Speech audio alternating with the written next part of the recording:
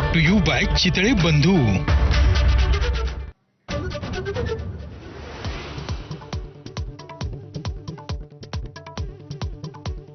सरपंच संतोष देशमुख हत्या प्रकरणी आज पहिली सुनावणी। वाल्मिक कराडसह सगळ्या आरोपींचा जबाब बंद लिफाफ्यात सादर होणार।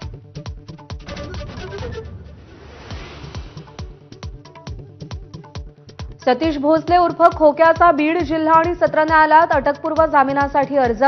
जामीन अर्जावर आज सुनावणी। खोक्याच्या अटकेसाठी पोलिसांच्या 2 टीम रवाना।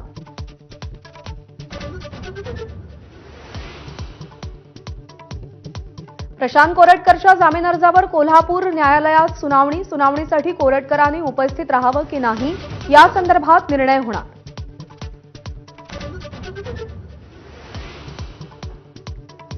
शक्तीपीठ महामार्गाविरोधात आज विधान भवनावर धडक। 12 जिल्ह्यातील शेतकऱ्यांचा एल्गार।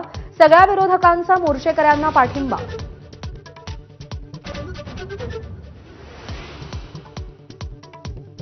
अर्थसंकल्पावर आज चर्चा। विरोधकांच्या आरोपांना अर्थमंत्री उत्तर देणार। दरम्यान योजनांची स्थिती काय याची वस्तुस्थिती देखील अजित पवार मांडणार।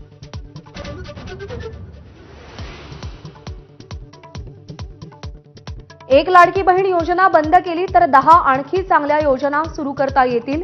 शिंदेंच्या शिवसेनेचे नेते रामदास कदम यांचं वक्तव्य। अंथरूण पाहून पाय पसरावे लागतात, कदमांचं वक्तव्य।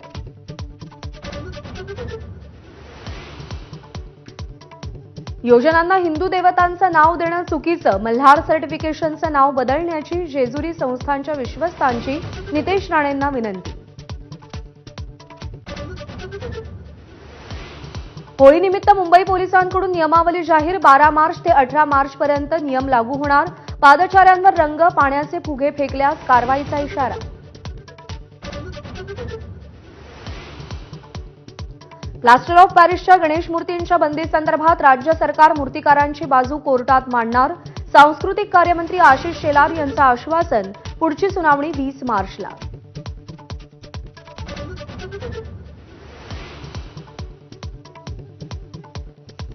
पालघरमध्ये डहाणू समुद्रात तेलाचे साठे आढळले। 18,000 चौरस किलोमीटर क्षेत्राहून अधिक मोठे खनिज तेलाचे साठे। 8 वर्षांपासून सुरू असलेल्या संशोधनाला अखेर यश।